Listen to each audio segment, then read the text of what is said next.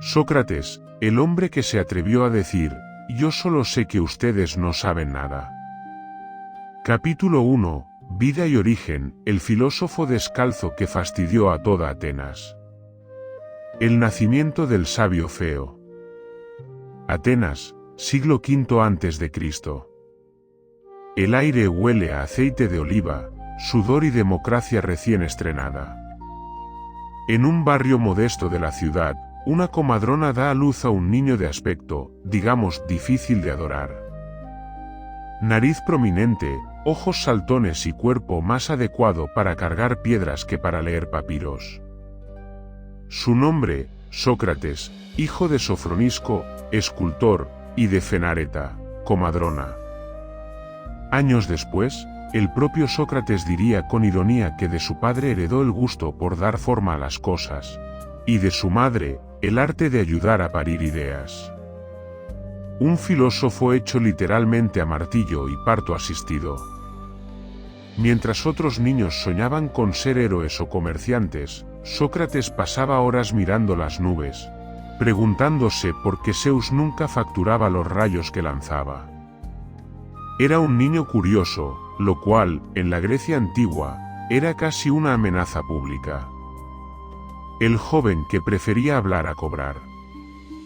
A medida que creció, el muchacho siguió siendo igual de raro.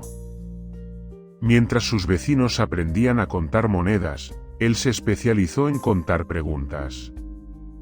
Intentó seguir los pasos de su padre, pero descubrió que la piedra le respondía menos que los hombres, aunque los hombres, cuando respondían, solían hacerlo mal. Se interesó por los sofistas, aquellos vendedores ambulantes de sabiduría que cobraban por decir obviedades con elegancia. Sócrates los escuchaba con cara de gato escéptico y, cuando hablaban de justicia, les preguntaba: ¿y cómo sabes que eso es justo? Ahí empezaba el colapso nervioso del conferenciante. Fue entonces cuando Sócrates descubrió su verdadera vocación, no enseñar, sino molestar. El hombre que hizo de la pobreza una postura filosófica.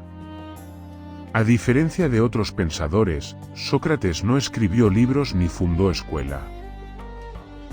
Su patrimonio consistía en una túnica, un sarcasmo infinito y un matrimonio con Jantipa, una mujer con temperamento volcánico. Se dice que un día ella, furiosa tras una discusión, le arrojó un cubo de agua en la cabeza. Sócrates, impasible, comentó: después del trueno, llega la lluvia.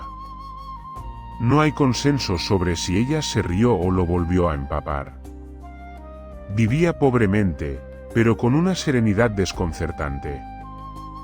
Cuando un discípulo le ofreció dinero, Sócrates respondió: ¿para qué quiero riqueza, si no sé qué hacer ni con mi propio cuerpo?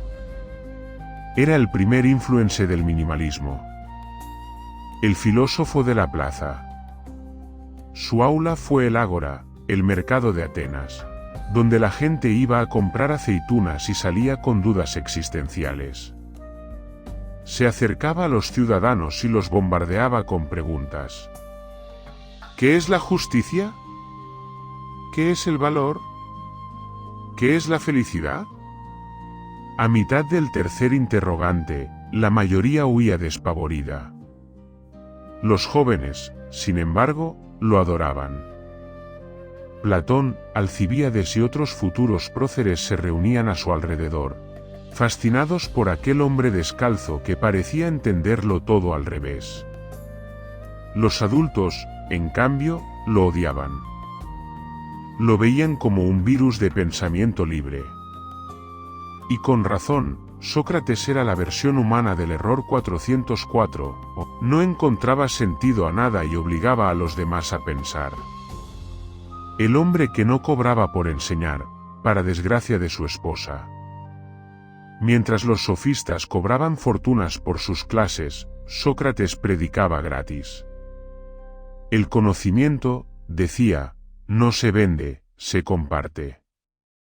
A lo que Jantipa respondía: sí, pero la comida sí se compra.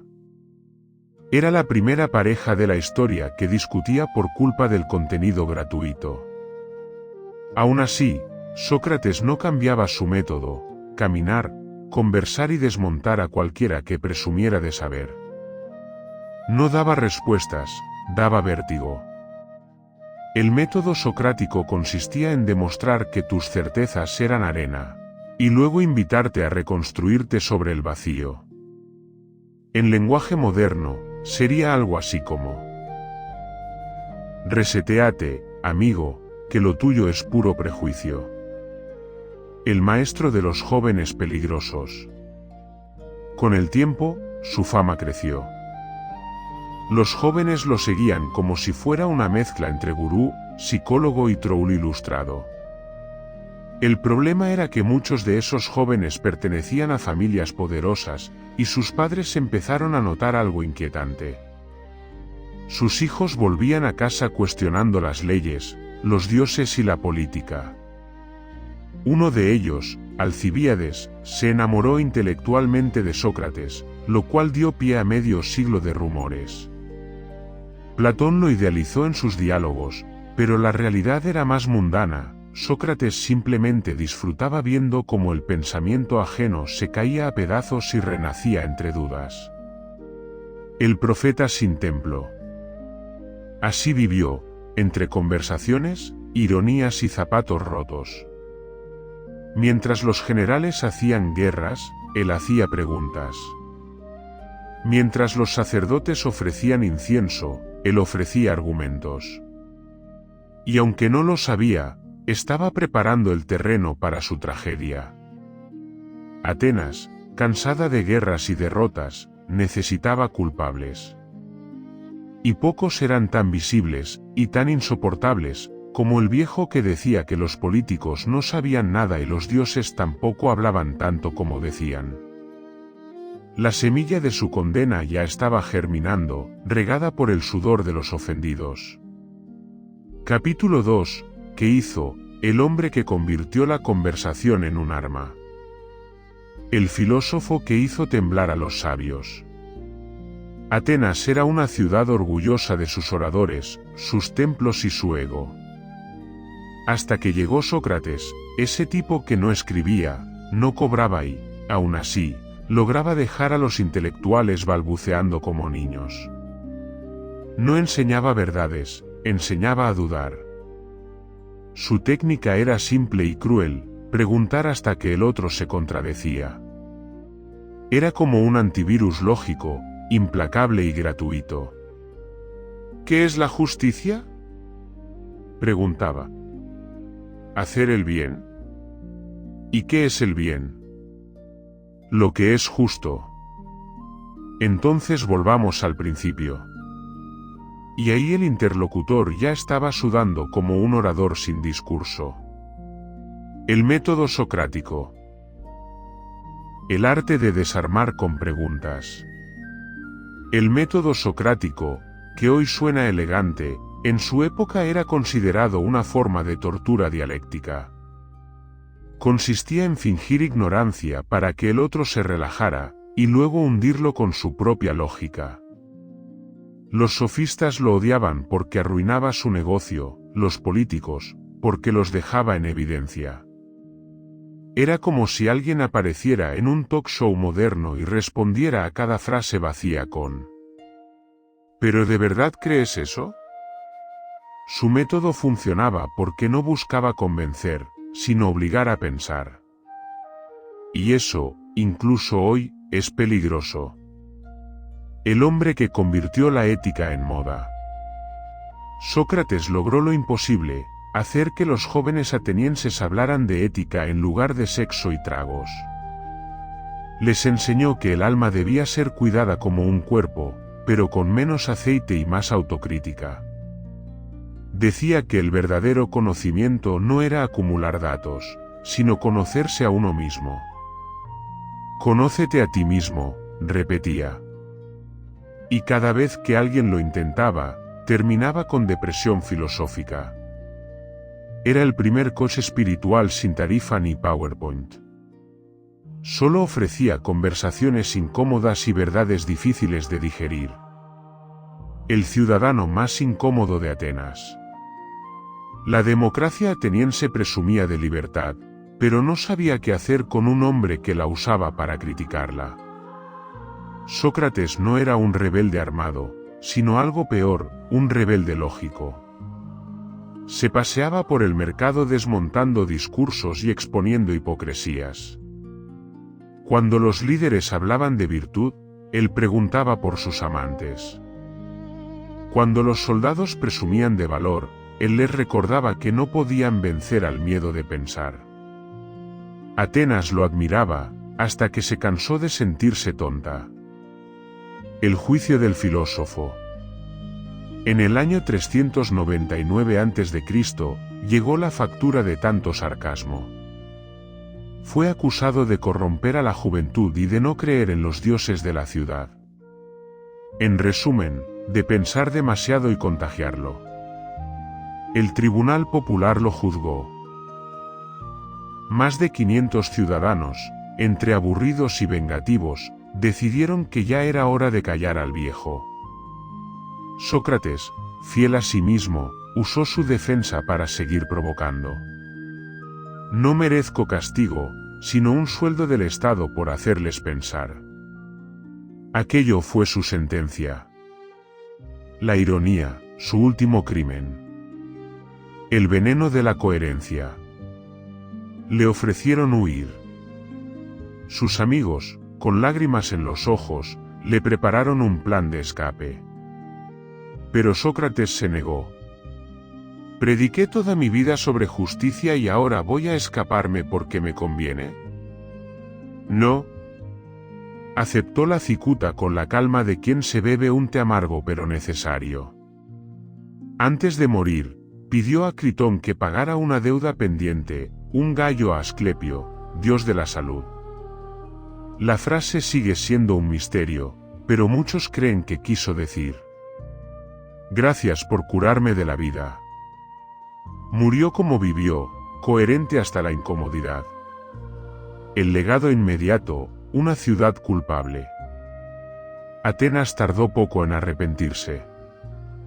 Sus discípulos, especialmente Platón, se encargaron de inmortalizarlo, y el nombre de Sócrates se volvió sinónimo de conciencia moral. Lo que fue un molesto personaje público se transformó en el símbolo del pensamiento libre. Los mismos que lo condenaron lo acabaron citando en los banquetes como ejemplo de virtud. Así funciona la humanidad: primero crucifica a sus sabios, luego les erige templos. Capítulo 3. Curiosidades y legado, el mártir del sentido común. El filósofo que no escribió nada, y aún así lo leemos. La primera paradoja del legado socrático es simple: no dejó ni una línea escrita. Todo lo que sabemos de él proviene de otros, principalmente de Platón, Jenofonte y Aristófanes. Es decir, su fama depende de tres hombres: un discípulo enamorado, un soldado metódico y un cómico que lo ridiculizó en el teatro. No es precisamente la biografía más fiable de la historia.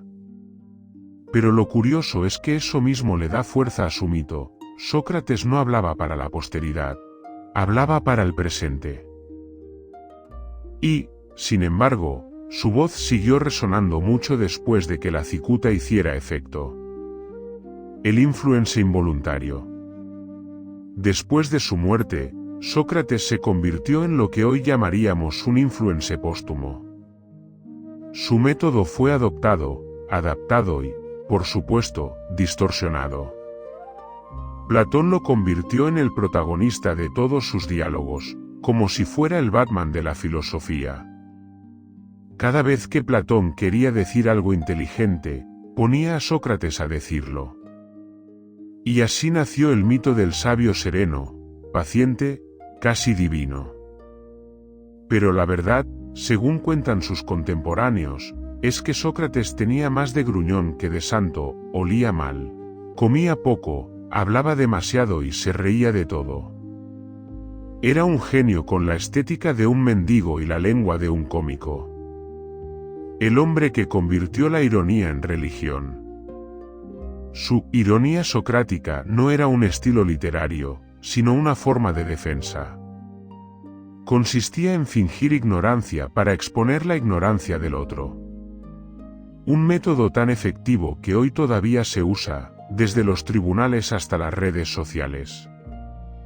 Cuando un sofista lo acusaba de ser inútil, Sócrates respondía: «Solo soy útil para los que quieren dejar de ser necios». Y cuando alguien le preguntaba si creía en los dioses, contestaba: «Claro que sí, pero dudo que ellos crean en nosotros». Era un artista del sarcasmo, capaz de desarmar la arrogancia con una sonrisa. El primero que entendió que la risa puede ser una forma de sabiduría. Sócrates y la vida cotidiana. No todo en su vida era grandeza filosófica. Se decía que tenía una resistencia física impresionante, soportaba el frío descalzo, las borracheras con dignidad y las discusiones con su esposa con estoicismo heroico. Cuando sus amigos bebían, él bebía más, pero no se emborrachaba. Cuando marchaban a la guerra, él iba también, y regresaba ileso. Era, en resumen, el filósofo más resistente del mundo antiguo, una mezcla de sabio, atleta y hombre que no sabía cuándo callar. Los atenienses lo veían debatir durante horas sin cansarse y empezaron a sospechar que, si no era un dios, al menos tenía algún pacto con ellos. Lo cual, por cierto, también se usó en su contra en el juicio. El mito posterior, del ágora a la eternidad. Tras su muerte, Sócrates se convirtió en el modelo del pensador libre, el mártir de la razón. Su figura inspiró siglos de filosofía, desde los estoicos hasta los humanistas modernos. Cada vez que una civilización quiso redescubrir la verdad, resucitó su espíritu incómodo. Fue el padre de todos los debates, el abuelo de la psicología, el precursor de la ética racional, y, si me apuras, el tatarabuelo del fact-checking. En la Edad Media, los teólogos lo citaron como pagano que intuyó a Dios. En la Ilustración, como el primer hombre libre. En el siglo XXI, sería cancelado por interrogar demasiado sin consentimiento. Sócrates en el espejo moderno. Si viviera hoy, Sócrates no tendría canal de YouTube, sino denuncias por hacer pensar en exceso. Lo veríamos en las plazas, discutiendo con influencers de autoayuda y dejando en evidencia a políticos que confunden virtud con marketing.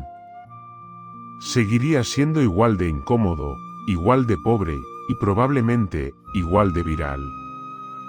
Tal vez su método no sobreviviría en Twitter, pero su mensaje sí. La sabiduría empieza cuando reconoces tu propia estupidez. Y eso, en una época saturada de certezas, suena más radical que nunca. La inmortalidad del fastidio. El mayor legado de Sócrates no fue su filosofía, sino su actitud. Su rechazo a obedecer sin pensar, su empeño en exponer la ignorancia, su fidelidad a la verdad aunque costara la vida. Era el hombre que prefería tener razón solo, antes que vivir equivocado con todos. Y por eso, más de 2 milenios después, seguimos citándolo, discutiéndolo y de vez en cuando, imitándolo. Cada vez que alguien pregunta por qué, Sócrates resucita un poco. Epílogo, el gallo de la humanidad. Dicen que al morir pidió ofrecer un gallo a Asclepio, el dios de la curación. Nadie sabe si fue un chiste o una metáfora, pero quizá quería decir: gracias, vida, por haberme curado con la muerte de tanta tontería. Sea como sea, su gallo sigue cantando. Y mientras haya alguien que dude, que pregunte o que se ría del poder, Sócrates seguirá vivo, descalzo y sonriente en el mercado de las ideas.